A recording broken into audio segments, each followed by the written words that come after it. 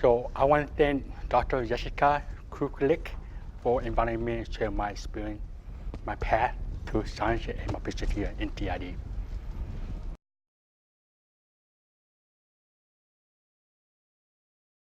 This is my first time I'm a present that relate to my life.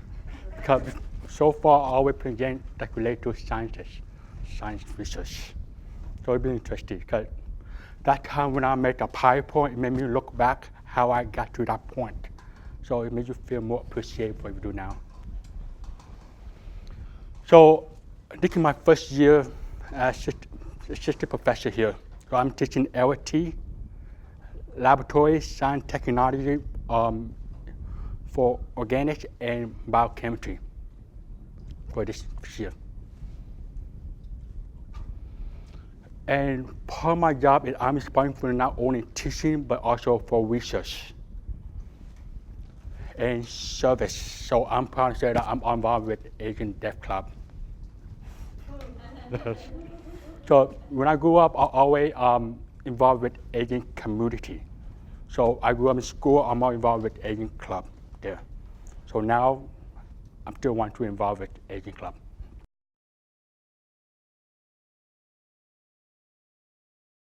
So I thought it'd be nice to give you my brief background about myself. So I'm a second generation immigrant, meaning my parents born in Vietnam, and I was born here. And we were born in what you call Garden City in Kansas, have a population of 20,000 people at that time when I was born. But I lived there for since second grade. And I moved to Wichita there, have a population of 200,000. It's a bit different, 20,000 to 200,000. So since up to seventh grade, I live in a poverty area where we have a high crime or gang activity there. Because my parents moved here, so you can find a place to live, right? So most likely, if you live in a high crime area, that place there is cheap to live. But when I grew up, I never went outside the house after 7, because you know what happened after 7, right? So after 7th grade, my parents got enough money to buy a house, so that was good. So we moved out, and now I think we consider ourselves as middle class. All being good in math. I'm allowed to speak English, of course, right? But also, I'm not really good with science too. So I thought it'd be great to tell you a story how I grew up and become good with science. Not good, but interested in science.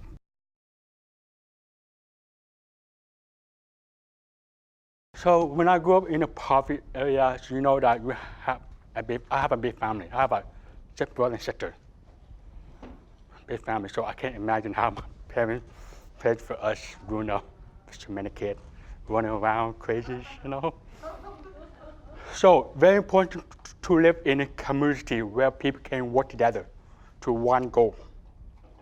Because if you have a complex where people can work together, then most likely you can race to one goal. Maybe it will take some time, but if you can work together, then that goal will be reached in that time expectation. And I want to spend a little bit about value.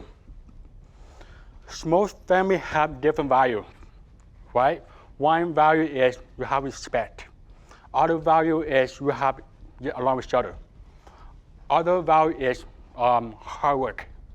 And other value of that is be more dedicated to education study. So one of the family value that we have right now is pursued with hardship. Just keep working hard till you get to that goal. So real life here, I'm showing different geographies where the families at. So here you have a city, right? So most likely you have a small family. Here you have a more rural areas where people can go to the picnic, right? And here you have all the different cultures. And here you have family who themselves are high class, maybe have a table, I don't know. And here you have a family who have access to high education, but work together in some kind of agriculture job. That's where my parents grew up. So the reason why I'm showing you because this is the step, two steps of how we got to that point.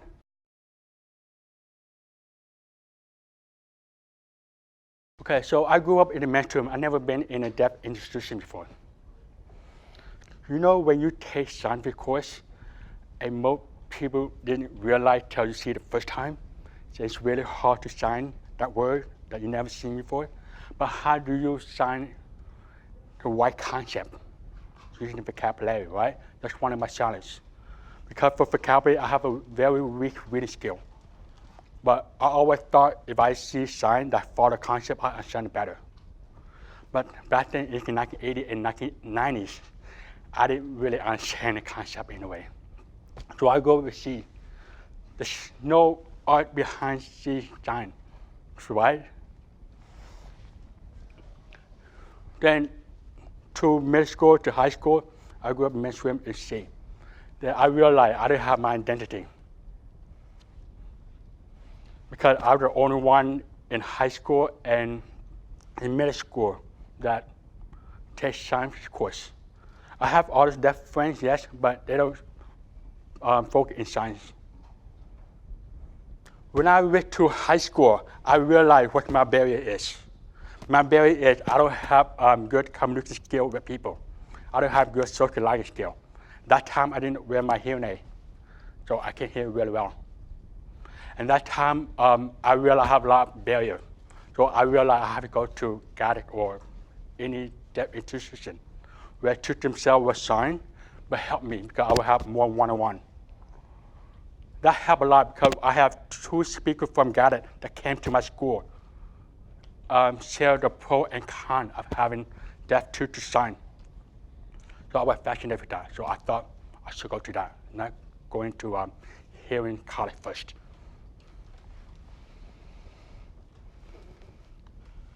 Then after I went to GADIC, I realized that I know how to come up with sign that follow the concept because of a teacher that explain. So whenever a teacher teaches you something, to always sign but explain why you sign this way. So when I went to KU and Wichita State, I always come up with sign because the interpreter himself not really aware or expert with STEM sign, right?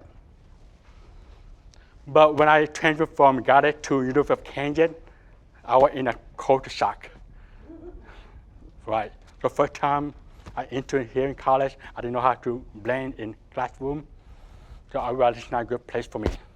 So I transferred to Wichita State. Why? Because family. You have more support system, right? But in University of Kansas, I was the only one myself. So I thought I have more barrier in there. One is still what I experienced in high school.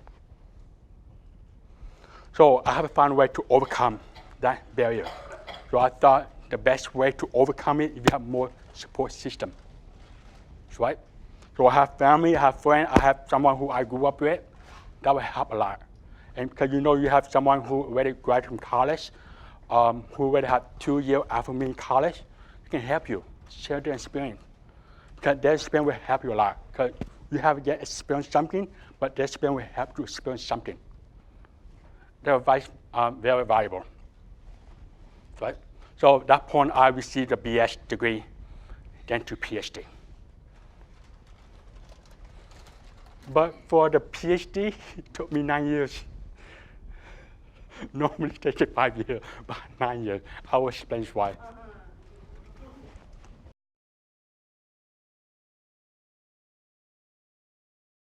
So this is my old picture of my family.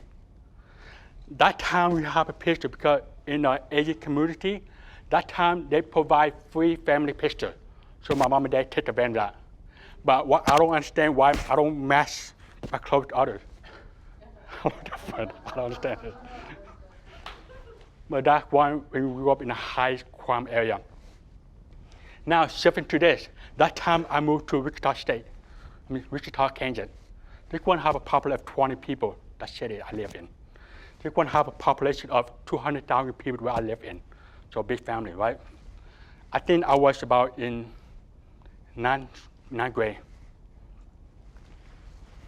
Now I moved to Vietnam. Not moved to Vietnam, I visited Vietnam, I'm a little bit nervous. I went to visit Vietnam, how we got a picture. You know, my mom and dad always telling me how they struggle with poverty. But when you tell the story, you understand it, but you don't really see it. So my mom then think the best way to expose you is to put you to a city where they live in. See their living condition, their life condition, working condition. So when I was exposed to that, I understand why they want to move here, to break the cycle of poverty, because they don't have access to higher education. Because if you don't have access to higher education, what happens is they think they will stay with that life forever. Not forever, but for the rest of their life. So on to the second generation and third generation, right? So my mom and dad didn't want to do that. So they moved to Hong Kong. They moved them to America to try to break that poverty. But when they moved there, they still experiencing poverty. But it takes work, hard work to try to move up from poverty to middle class. So that was good. I was exposed to that, and I understand the hardship. That I was very grateful that my mom and dad are always there for me, so I understand it. This is my current now. So this is my oldest sister. She now is engineering, working in engineering company. The family husband and that. This is my brother. He now owns business in Florida. This is me. This is my sister, already graduated with nursing, now working as nurse. This is my sister. She already graduated medical school and now a doctor in Chicago. And this is my brother. This mentor will graduate finance, still looking for a job. So I told him why not come here, but he want to be more independent. So the reason why I think we hold do well, because we have family that support each other, right? So I have an older sister, and I have me. So we try to encourage each other to do well. Because if 3 or 4 not doing well, then it influence them, they won't do well. But if 4 or 5 do well, then that will influence them, encourage them to be more motivated to succeed.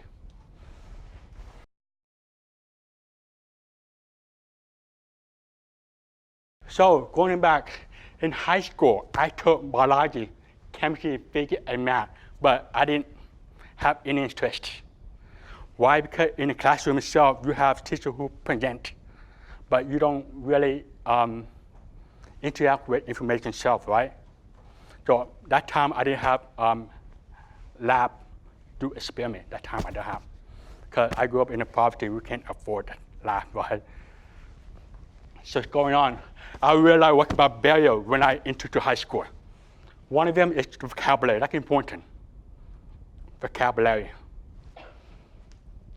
So vocabulary is very important to come up with signs that follow concept, right? But that then I didn't understand the concept or sign itself. I didn't. I have a weak reading skill, and this one more U in C. And that make it difficult for me to decide what I want to do in the future. But luckily, I have 2 persons from Ghana that come up to me and say that you realize your barrier, but why not going to that institution where you have teachers who can sign? So I realized, yes, I can do that. I think that will break my barrier. So I realized, can I do it? Can I succeed? Do I have a potential? That time, of course, you can't really evaluate your potential, right? Until you enter the college, you see how you're doing so far. So if you're doing good so far, you're great in class, you have good resume, you have good experience with research or whatever, most likely you can see your potential. Because if you don't do any of them, you can see your true potential, right?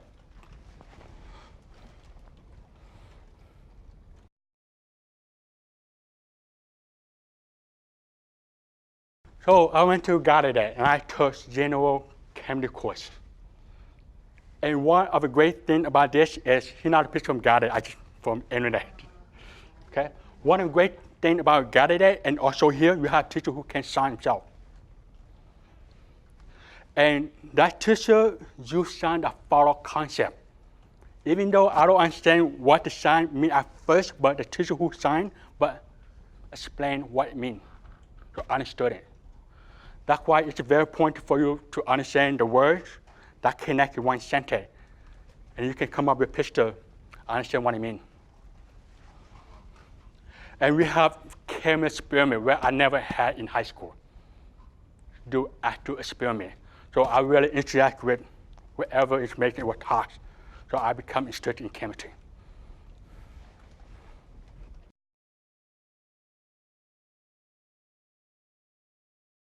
So you can see here you have a laboratory. But at that time in Gallaudet, I was one of the 2 people that majored in chemistry. Small, I don't know why. It's just a little bit hard, I understand it. But one of the 2. So do we 2 have good relationship? No. He do himself, I don't know what he does. So look at the lab report, right? So that involves math, I like it. And also you have teachers to help you to calculate, giving you a more baby step to the point where you become good at it.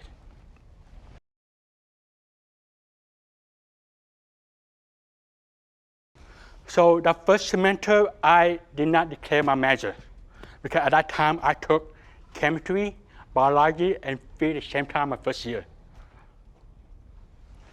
So I realized I didn't know what I want to do, but I think I want to be a chemist. But I still have my barrier because I went to Vietnam during my second semester of Gallaudet. And I realized I appreciate my mom and dad hardship. So I want to do the same. So I want to overcome my barrier and see if I can make them proud, right? So what I do is I gain experience. It's very important to gain experience, right?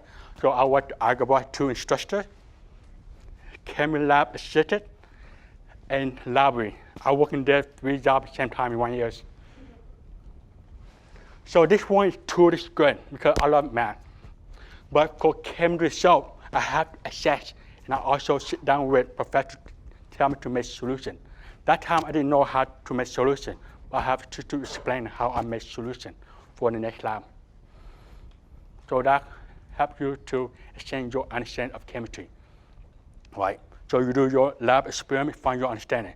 But if you work in a lab where you have to come and you work more independent, you understand furthermore.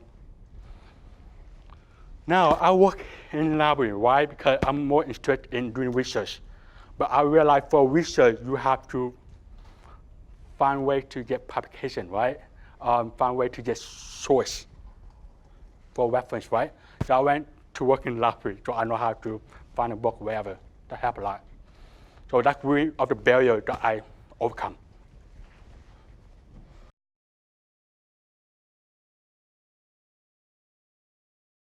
So I stayed got it for 2 years. Before I went to Vietnam, I was thinking I would graduate in Gallaudet, but I realized I didn't want to. I stopped for 2 years. Why? Because the Gallaudet itself, at that time, when I was there, didn't have research at that time. I want to work in research, so I realized I have to move somewhere where I have research. But lucky for part of the job, I have an internship that collaborate with Gallaudet. Actually, I work at Duke University, or EU, research experience for undergraduate. So my job is to investigate the interaction between 2 different cells, right? So the aim was to statistic a blood vessel, right? So in your blood vessel, it's made of smooth muscle cells. But if you have something attached to it called endothelial. So my job was to use the microscope to identify that if you have 2 cells that overlap, how do you see the difference between the 2? So we use dye, where you will dye one cell and dye other cell. See it? So you can see where your smooth muscle cell and where your endothelial cell is. But that time, I failed. Why? Because that two dye I was testing not co-inject with others. So right now, I don't know if they found a solution. I don't know. I haven't emailed them yet. So here you have a microscope. You put your cell, no cell, now you add your dye. That was shine light. You see the picture of all the light in the cell. Okay? Now, it's hard to see. You have red. That's called PCAM, where it was then the membrane of a cell. You know what it is? The outer. Other one you have green, where it was then the nucleus, the middle of a cell, right? Now I only show you one cell. See it? I didn't show you the other cell, right? Because it failed. So that was a good learning experience because not always for research you can succeed in first time, right? So to do better in research, I think it's better to have failure where you can learn from it.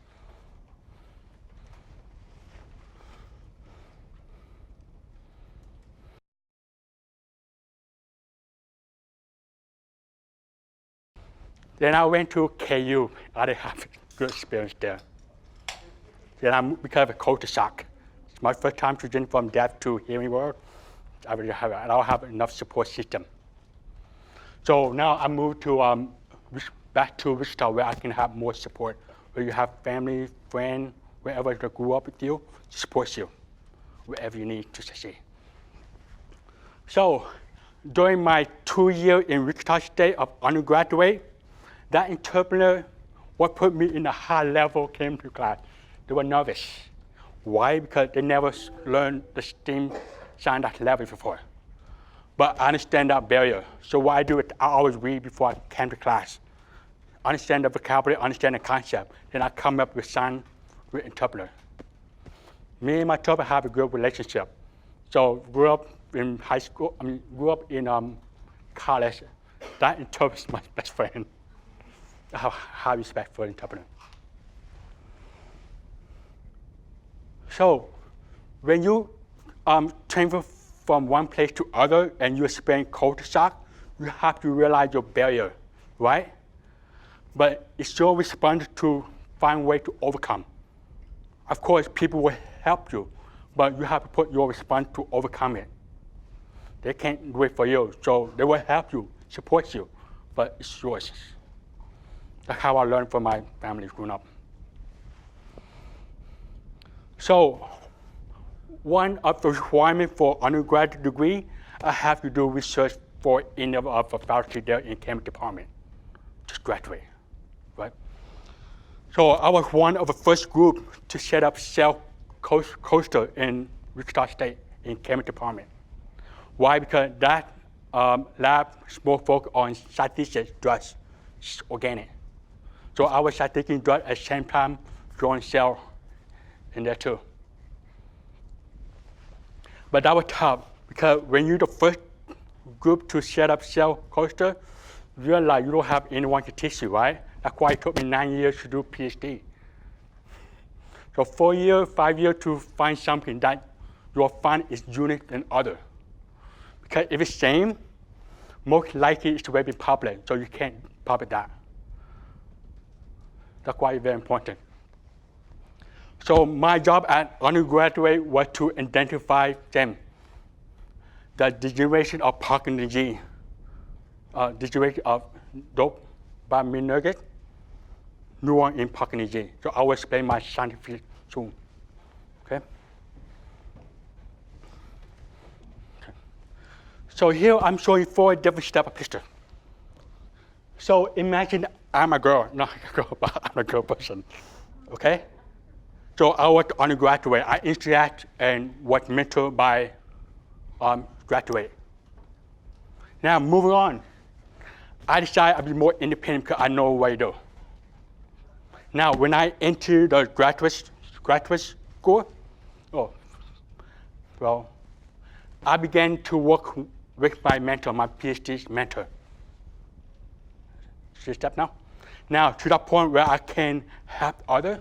Now I'm working and teaching other undergraduate.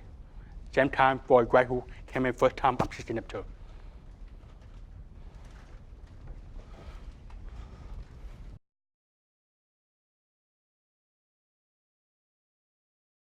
So at the same time, I still want to improve my understanding of science. So why do I take advantage of something out there? So I became a tutor for disability at Wichita State. So my job was to tutor students with disability for chemistry, biology, physics, and math. So I taught there for, I think, 3 years. I also was the teacher assistant at graduate student. So my first 2 years, I taught introduction and general chemistry.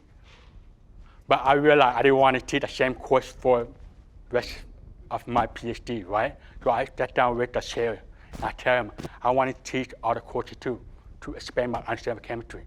So he gave me the opportunity. So now I taught analytical chemistry, high level. And I taught instrumental method of analysis. Then I taught biochemistry. So I was fortunate that I was able to teach all kinds of lab. Then that time I did not have any professional development workshop in my PhD years. I didn't have. Why? Because I would have my PhD mentor, Rabas, right? So they would teach me the rope, how to be a good PhD student. So I work with him every day, up and down. Okay. So during my oil presentation, my graduate years, I won the first place for postal presentation. At the same years, I won fifth place in the oil presentation. The reason why I think I do well because I have a good relationship with my PhD mentor. Explaining, attaining your understanding of what research is to help you understand better when you have someone to explain to you. Because if you're more independent and do research yourself, try to understand yourself, it's more of a challenge. That's why I'm fortunate to sit down with my PhD mentor and discuss whenever it's there.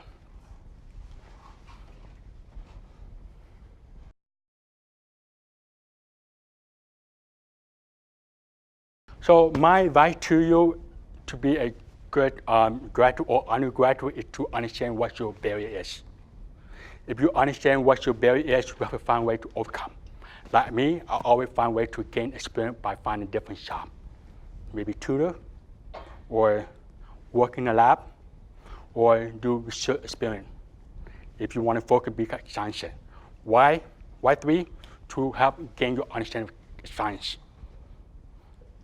But at the same time, vocabulary is more important. I always emphasize vocabulary. Because when you look, understand, it's fine. But you have to understand how the concepts follow with science. So you can understand how word by word are connected to each other. Make up a picture, understand what the instructor trying to say.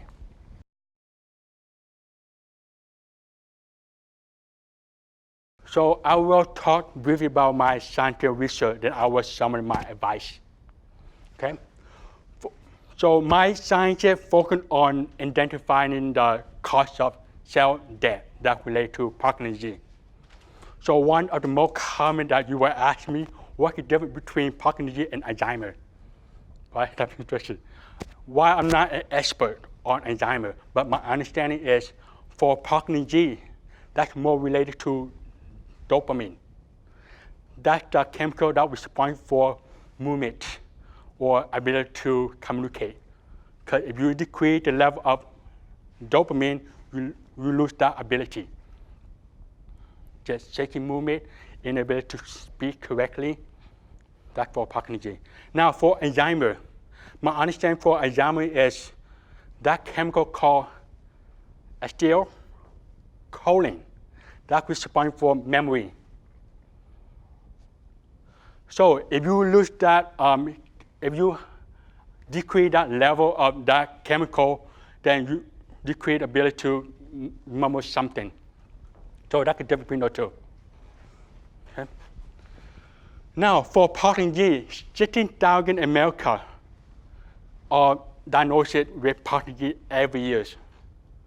In addition to 1 million people will have it.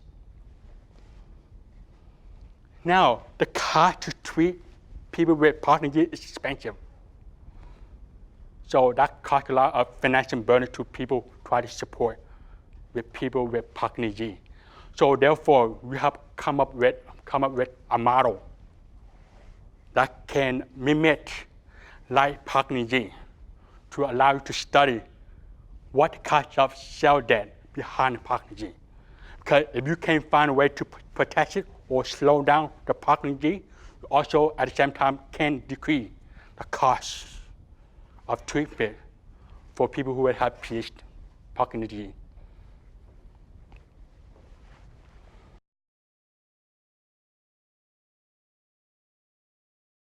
So I'm going to explain what model I'm speaking of.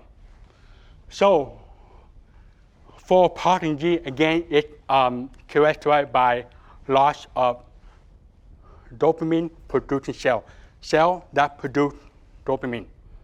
If you decrease that cell, at the same time you will decrease the statistic of dopamine. Then you lose that ability to move or ability to communicate. Okay? Now, 5% of genetics contribute to Parkinson's disease, while 95% of environment like pesticides or drugs, wherever we get from environment, 95% contribute to Parkinson's disease. So my research more related to drugs that classify as environment. So I'm calling it environment toxin. So this is an experiment model that came up back in 30 years ago. I'm gonna tell you a good story. So that MPP plus, that can name other drugs that kill dopamine neuron cell, but did not kill other cells like liver in it. So what happened is when it killed the dopamine producing cell in human or primate, you can see the symptom that look like Parkinson's disease, like shaking or inability to move. So I'm gonna tell you a good story about this.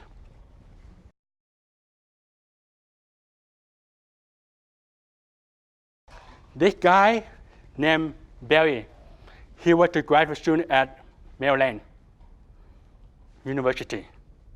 So what he is interested in, you have a drug called Demerol. When you take out, that will release dopamine when you feel high. So what he do is he will make the MPPP. Realize here you have a dominant O, but you can change that. But again, it's showing the same effect like others. So he was the one that came up with MPPP. So he sold that drug to himself and to others for profit. So he was a drug user. So one day he was in a hurry because he wanted to sell quick, right? So one day he was in a hurry, he increased the temperature. So if you increase the temperature, what happens is that will break to the point where you don't see oxygen there. See it? So while that MPTP compound is not self-toxic, but that can convert to MPP plus, where that will kill your dopamine neuron cell. So I'm going to explain the mechanisms nice and slow.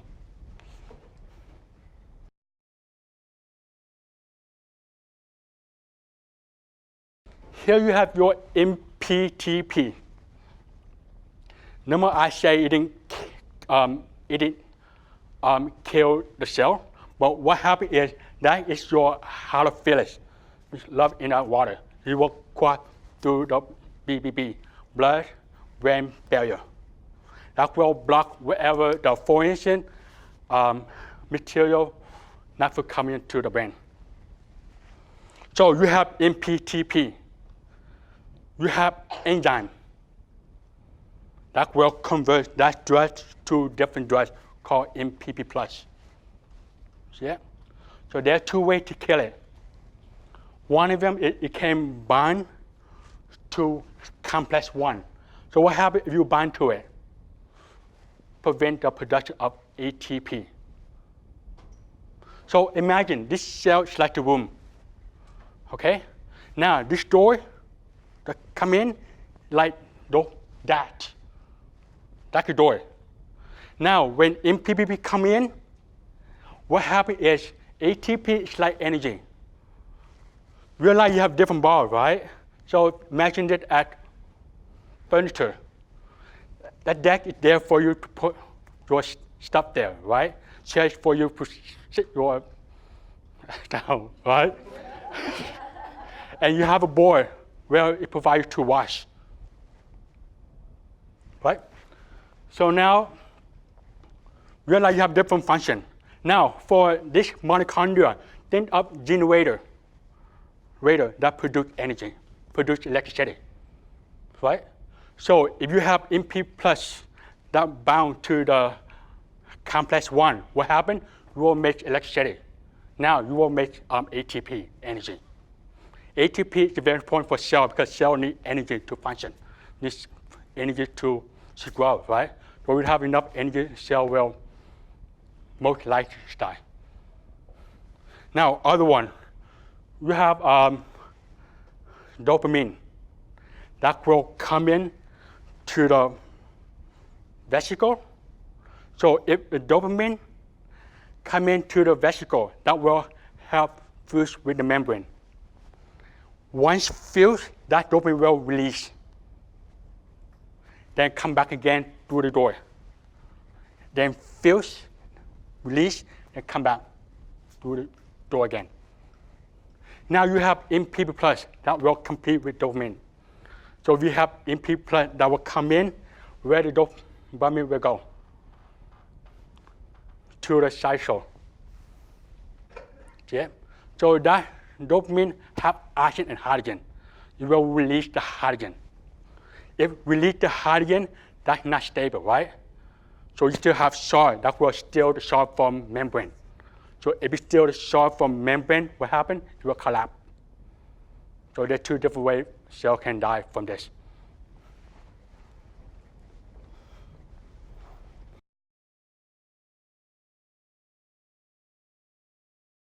Now this is your amination. So I'm going to slow down a little bit. So you have MPPP, more of how to feel it that will enter through the blood-brain barrier. Okay? So when it enters to the brain, what happens is it will enter to glia where enzyme will convert this to MPP plus. Okay? Now, that's the door of a cell. So when it comes in, it will bind to two different ways. One is your ATP decreasing. So it will bind to the complex 1 in the mitochondria, where that produces ATP. So if you decrease the production of ATP, that will lead to cell death, right? Because you need energy to function, you need energy to grow. Now you have other one. You have dopamine, where MP plus will complete. So if MPP plus come into the cell, come into vesicle, that dopamine can't come in. It will stay outside of cytosol. Now that will release the hydrogen. The hydrogen is the plus charge, not stable. So it will steal the salt from the membrane, like wall membrane. So if it's still, what happens? It won't connect to each other, it will collapse. Okay? So that's been proposed for 30 years. So why do my experiment is I want to see if that proposal is correct or not. So one way you do it is every cell I use have mitochondria, because every cell needs energy to function, right? So I test with 4 different cells. But understand, if I add MPP plus to each cell, you expect all to undergo cell death, right? Why? Because you will bind to complex 1, where you will decrease energy. So you expect all 4 cell lines to die. But if all 4 but 1 alive, that means maybe that proposal is wrong. So I'm going to test it.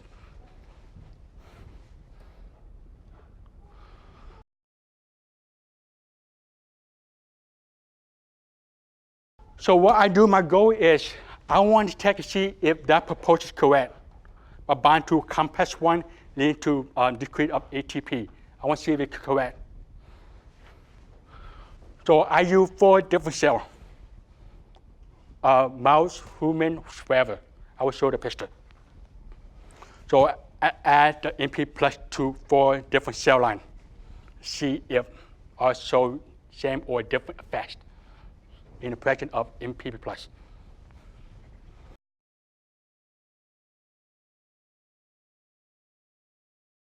Now, that's a picture of 4 different cells. SHSY5Y is your human brain cell. That PC12 is your rat stomach cell. ME90 is your mouse brain cell. HEPG2, the human liver cell. All different, right? But all of them have mitochondria. You need energy function. So if I add MPP plus to all of them, you expect them to undergo cell death.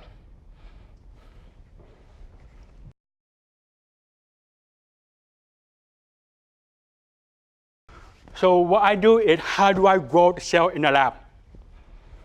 So first you have your cell that you feed, that you buy from store. Okay, a cell in a vial. Now you're going to melt in room temperature to thaw in room temperature. Finish.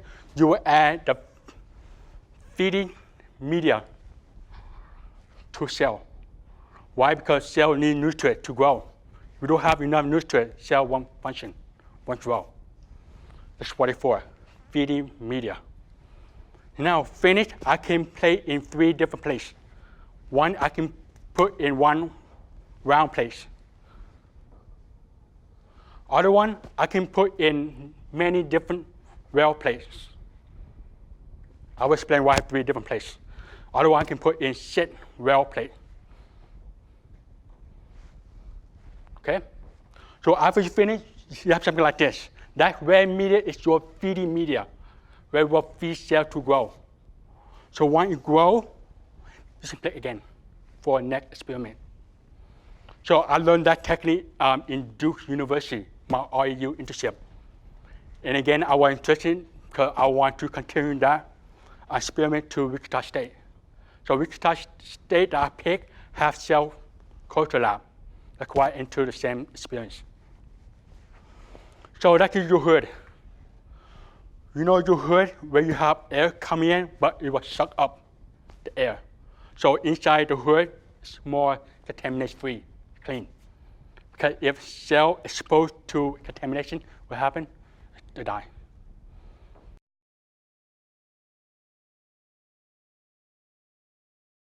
So now, how do I measure whether if it kills 4 different cells? So now you realize you have different concentration, right? I mean, first row, I have no MPP plus, no. This is control. So if we don't add MPP plus, you expect the cell to survive, right? 100%. Now, if I increase amount of MPP plus across, then I will add 10, 25, 50, increasing the content of MPP plus. Okay? Then I add them to cell, 4 different cells. I wait 24 hours. I wait. After 24 hours, I will measure how much cell are dying, how much cell survive. Okay? So I plot in graph. That's first y-axis represent percent of cell survival. So this one represents the concentrated amount of MPP plus. So you realize if I increase the amount of MPP plus, you can see that the cell start to decrease. So you have too much MPP plus. Now that black is your mouse brain cell. And that gray color is your liver cell. See it?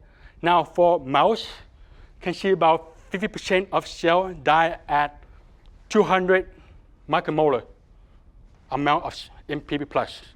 Now for livers, all survive. So I was very happy about that. Why? Because I want to show that MPP+ only kill dopaminergic cell, not anything else. That was great. But understand, this is mouse. I want to show other cell, human brain. So the black one is your human brain cell. You can see it decrease if you increase amount of MP+. But again, not attached to liver. So that means no matter if it's human or rat, kill the dopaminergic cell, but didn't kill the liver. So great. So that MP+ only selectively kill dopamine neuron cell. So what I mean, it didn't kill liver cell, right? I have mitochondria, need ATP to produce, but it kill them. So that proposition I explained, not correct. I don't agree with it. So I was happy. So that took me like 3 years to find something that's different than other. Because if it's same, then it's hard to publish that, right? So how about that? So that's what my finding in my undergraduate. I got stuck because I didn't know what to do next. I didn't know what to do next. So my first finding in my undergraduate, but I got stuck for 3 years, 4 years because I didn't know what to do next. Even my PhD mentor didn't know what to do next. Never experienced cell culture. He's not biology, it's more of chemist, expert in organic statistics.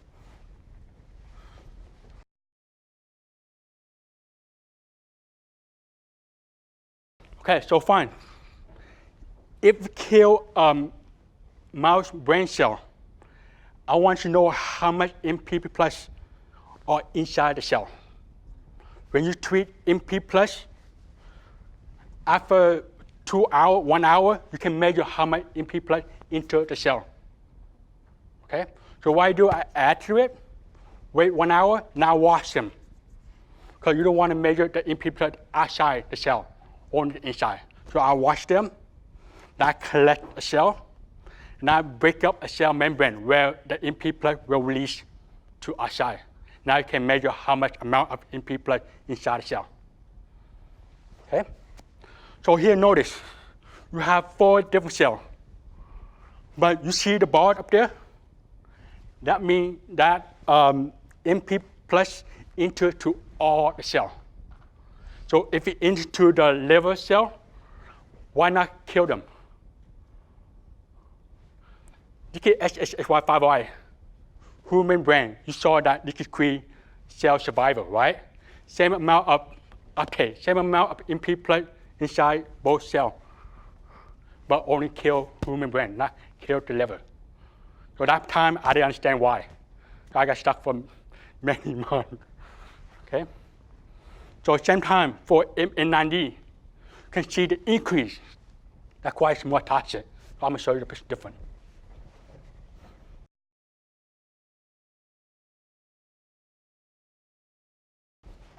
So you realize macromolar means smaller than millimolar.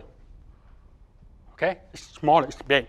So this is 1,000 times less than this. So MN90, the mouse brain cell, is more toxic than human brain cell. Why? Because I think something to do with amount of MP+ that I take more.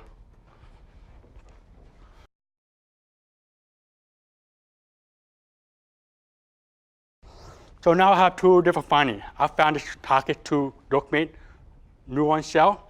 The other one I found is take up to all the cell, but I didn't know what the difference.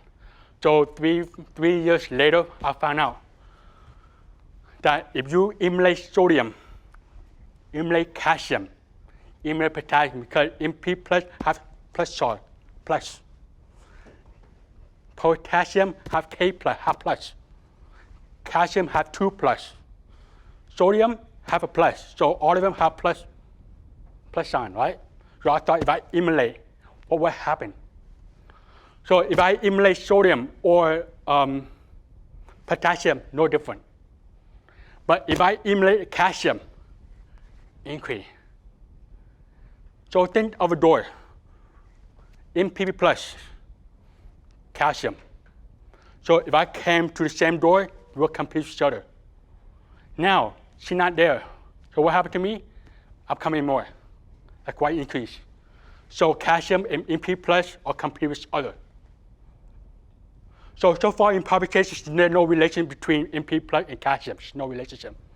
So since I found out finally, I never disseminate that result to conference, never. Keep it private for chance.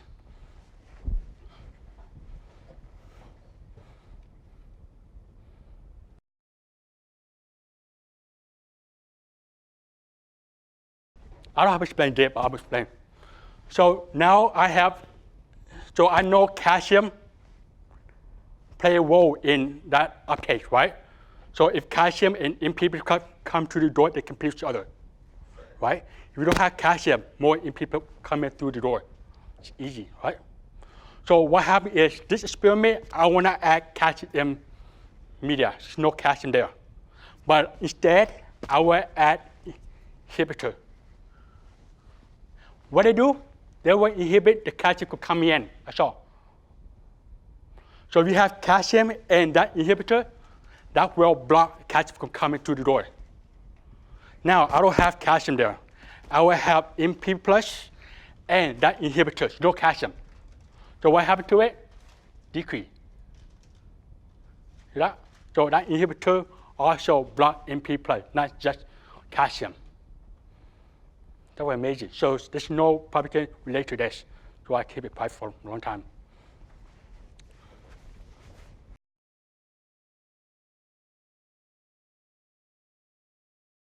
This one related to see if I add MP plus inside the cell. Fine, you have amount of drug inside the cell, right?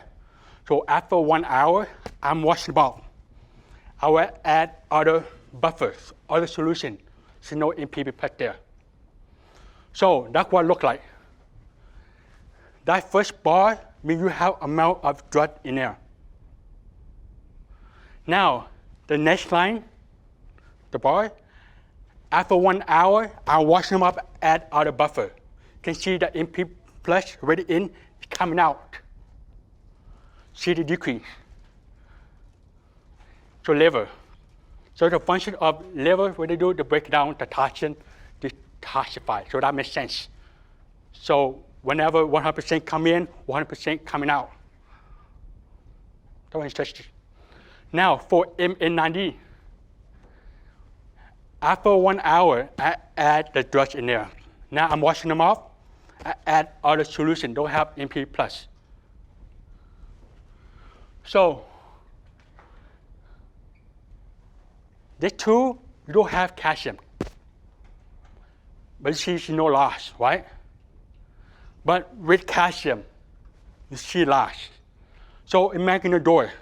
If I had calcium outside, not MP plus, I will change. Now, if you don't have calcium outside, I can come out. You have to change each other. That one stretch this up. Now for SHY5Y, the human cell, significant loss. I mean, if you have calcium outside the door, I can come out, but not too much. I can come out. If you don't have calcium outside the door, what happened? I can come out. I stay. That's how you measure the amount of stress. Now for PC12, rat stomach, it's no different. They all stay. It doesn't matter calcium or not. So that was great. You know why? Because that is specific to dopamine neuron cell. Not happen in liver, not happen in there. So that specific for calcium. You have calcium outside the door, I can replace.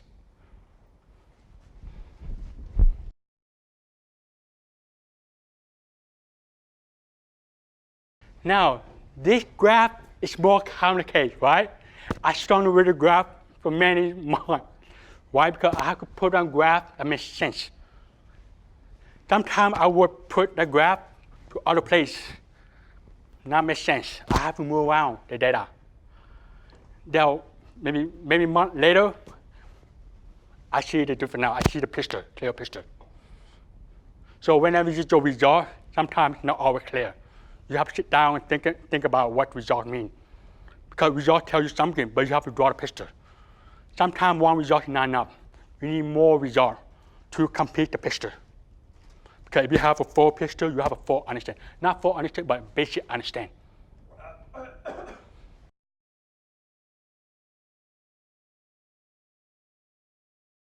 Now that graph, I calculate, algebra XYZ. I calculate the percentage. So I found 4 different doors. See it? 4 different doors. Why they're different? For example, you have a house door, right? Small. You have this door. You have glass door.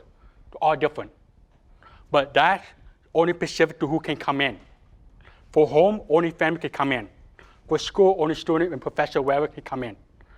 For government, only government people can come in through the door. It's more specific.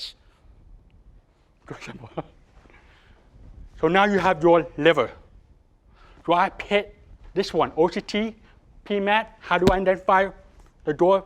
I did research on journal. This cell was studied for 30 years, so people will know what in it. Even though I don't know what in it, I can research and find what in it. So I found that liver have OCT. So that means 100% coming in, 100% coming out. Same concept with this.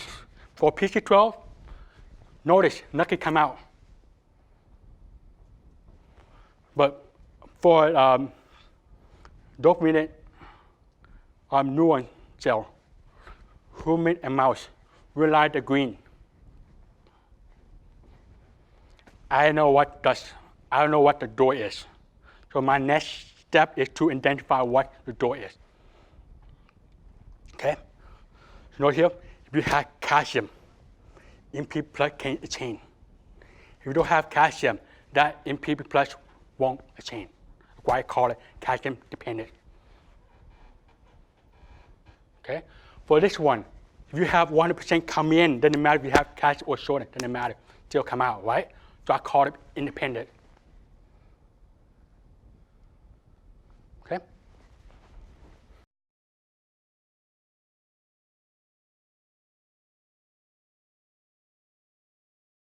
This one, I made that picture my 8-year PhD. So imagine how long that took me to draw that picture. But I figured this one out because I know what I do next, and I can use many different drugs like statistic.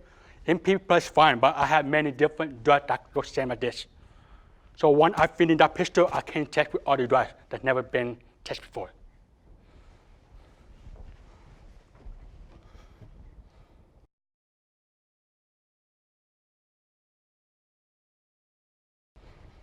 So far, I explained the amount coming in or coming out, right? But what about the toxicity? Note here you have MN90, the mouse brain cell. If you don't have calcium, more drug coming in, right? Mean more cell dying. Mean 80% of cell die, only 20% survive. If you don't have calcium. But if you have calcium outside, that means they compete with each other, right? Complete. So you have less MP plus amount, less. So you can see increase of cell survival. It's different. So again, this is no relation to other journals. This is my only finding different other. Now again, for PC12 and liver, it's no different between calcium or have calcium. So I will have by that because it showed me that it's only specific for dopamine neuron cell.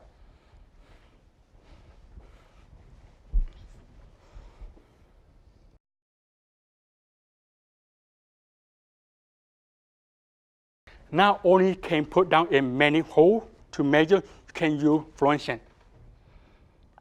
Notice here you have normal cell.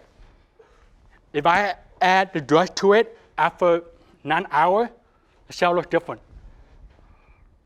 See decrease number of cells. That's because cell is dying from MP plus exposure. Now for the blue, we call it DAPI. So what happens if you add DAPI? That DAPI won't stand. Live cell won't.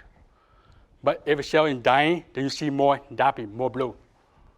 That's all the way to measure the cell survival. Okay.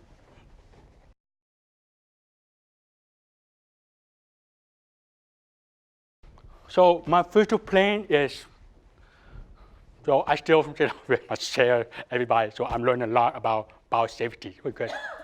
So I want to establish cell culture here in TID. Then good, because it will provide experience for undergraduate who want biomedical experience, but also can be used for class 2. So I'm excited and looking forward to it. I will continue to work with my PhD mentor, because I wish to expand that we only citation that level of drugs. In P+, I have so many drugs that are the same. We're the only one that cited that library, the only one. So I want to get back to work at Wichita State to continue work on it. Because once I finish with in P+, I want to test with other drugs. It's quite very important to continue with that. Okay? So if I have this structure, I can add iodine or I can add fluorine to it. Or I can add Ca3 to see what happens. Or I can add arduine. So many drugs that we cited in the lab.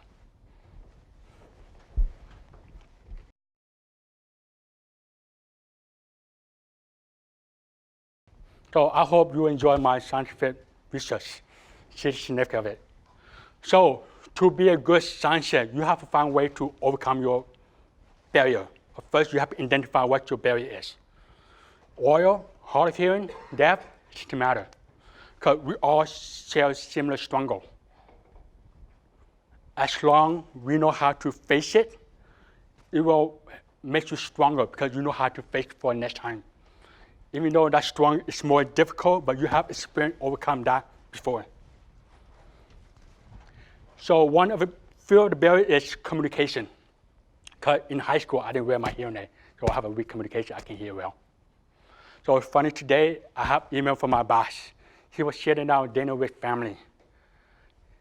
And his daughter would ask him, why you speak so loud? Everyone around hear him. He said he blamed me. Because I'm hard of hearing, have to speak loud for me to hear. It's funny. Now, access, what I mean? Because I'm talking, I take a lot of biology or biochemistry course. The teacher itself always show a video, without caption. Because mainstream is not like in TID where you have advanced technology. It's great, but they have access to closed caption. Also important vocabulary.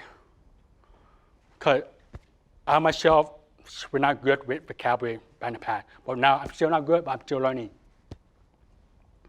My goal is I'm still learning to connect word with other words so that it makes sense, visualize and see the whole picture of what I mean. And of course, financial situation, because I grew up in poverty area. Okay? So to be a good PhD scholar, you must have a good relationship with your PhD mentor. So every day I work with my PhD mentor. Sometimes yell at me because I can't meet his patient all the time. So whenever I produce with the result, he wants me to define what I mean, but I can't really understand right away, right? Take some time.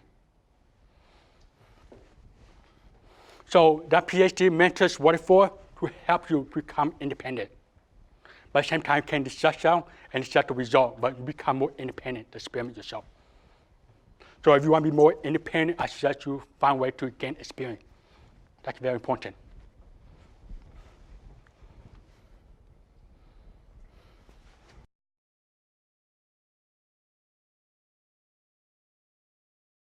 So summary. So like with mistake, error, and regret. For mistake, error, and regret, sometimes not always permanent. For regret, it's permanent, yes, but you can find a way to make it better because you learn from it. You know what you're going to do next. You don't have to make the same mistake over again. Never forget where you came from because you learn how from that point to bring you to that point now. So when I was invited to beat this race scholar, I always look back and realize what took me here. So I appreciate it. So never forget where you come from. And one of the most important things is you have to have family. Not have to, but it's good to have families, friends, and colleges to help support you. That's your support system. So now I'm still strong in my first year, but I have a good support system. I have my chair, I have my college friend, I have my new best friend. So it's good to have a support system who can help you encourage and have a good successful career here at NTID.